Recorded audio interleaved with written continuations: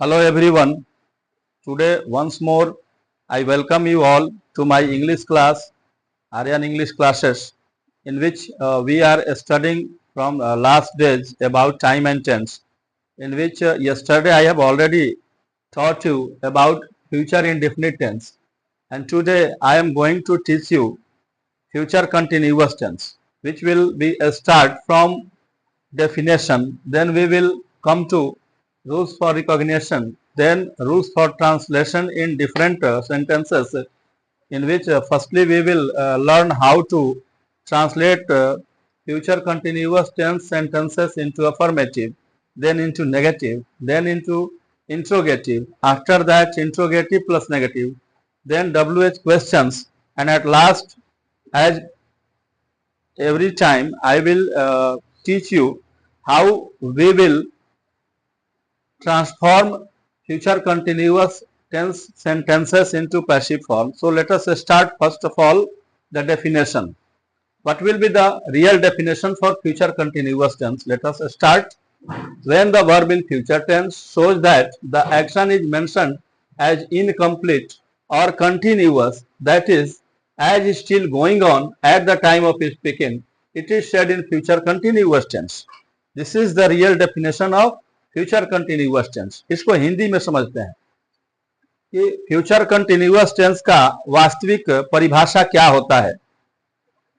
तो जब भविष्यत काल की क्रिया, जब क्रिया क्या हो, भविष्यत काल में हो, तो भविष्यत काल की क्रिया को देखने से क्या पता चले, यह दिखाए कि काम का वर्णन अधूरा या लगातार रूप में हुआ है, अर्थात कहे जाने के समय तक भविष्य में काम जारी रहेगा, तो उसे हम फ्यूचर कंटिन्यूअस टेंस में कहेंगे. तो अपूर्ण क्यों कहते हैं? क्योंकि फ्यूचर टेंस में, फ्यूचर टाइम में जो काम का वर्णन है वह अधूरे रूप में हुआ है, यानी काम फ्यूचर टाइम में जब कहा जाएगा उस समय तक काम जो है पूरा नहीं हुआ, इसलिए इसको हम फ्यूचर कंटिन्यूअस टेंस अपूर्ण भविष्यत काल में कहते हैं. अब है कि इसको पहचानेंगे कैसे, हिंदी वाक्यों को देख के कैसे हम पहचानेंगे कि ये किस टेंस का वाक्य है. तो जिन हिंदी वाक्यों के अंत में ता रहूंगा, ते रहोगे, ती रहेगी, ते रहेंगे ऐसे शब्द लगे हों, तो उसे हम फ्यूचर कंटिन्यूअस टेंस में समझते हैं. अब हमने जान लिया कि हमारे पास फ्यूचर कंटिन्यूअस टेंस का वाक्य है, तो इसको हम विभिन्न सेंटेंसेस में ट्रांसफॉर्म कैसे करेंगे.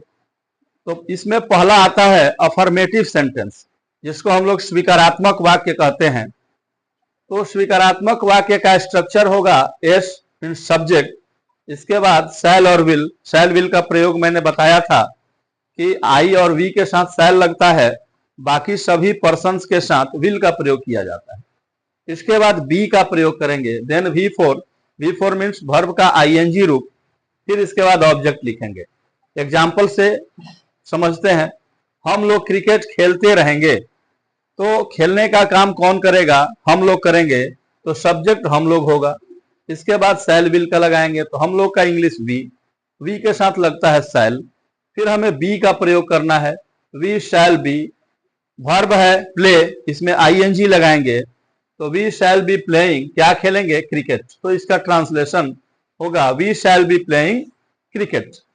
एक और एग्जाम्पल लेते हैं, राम आम खाता रहेगा, तो Ram will be eating a mango. अब अफर्मेटिव को नेगेटिव में हमें चेंज करना है. नेगेटिव का स्ट्रक्चर होगा subject, then shall will, then not, then be, then V four means verb का आईएनजी फॉर्म, और लास्ट में ऑब्जेक्ट. इसको बदलते हैं हम लोग क्रिकेट नहीं खेलते रहेंगे, we shall not be playing cricket.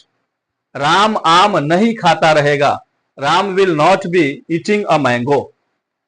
तो इस तरह से हमने अफर्मेटिव को नेगेटिव में चेंज कर दिया.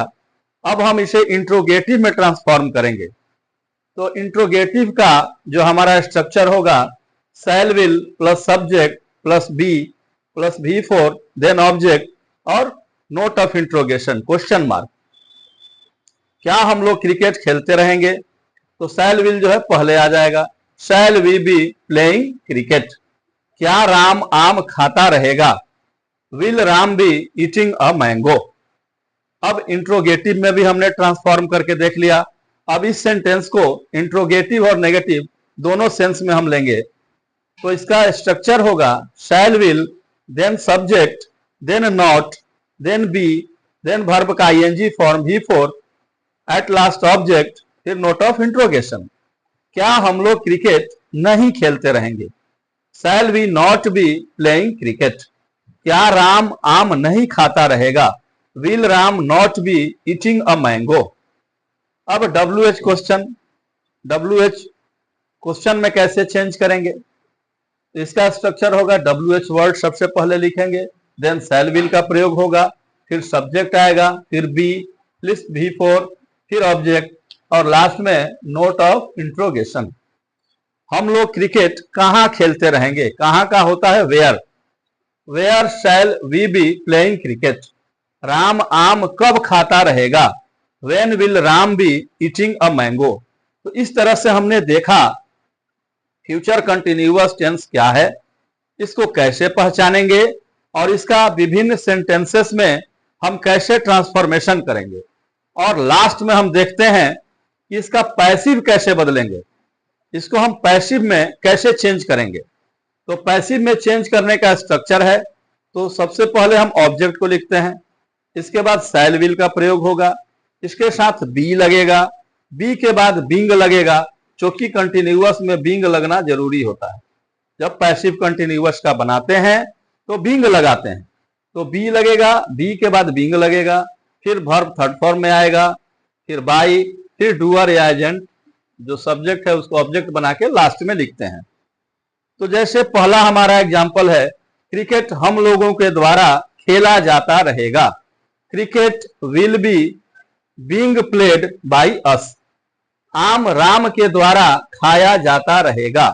अ mango will be being eaten by Ram. इस तरह से हमने देखा कि फ्यूचर कंटिन्यूअस टेंस के वाक्यों को किस प्रकार से हम विभिन्न काइंड ऑफ सेंटेंसेस में ट्रांसफॉर्म करेंगे, और लास्ट में हमने देखा कि इसका पैसिव वॉइस कैसे हम बनाएंगे। तो मुझे उम्मीद है कि आप लोगों को ये फ्यूचर कंटिन्यूअस टेंस पूरी तरह से समझ में आ गया होगा। अगर समस्या फिर भी है तो आप लोग मुझसे आगे पूछ सकते हैं।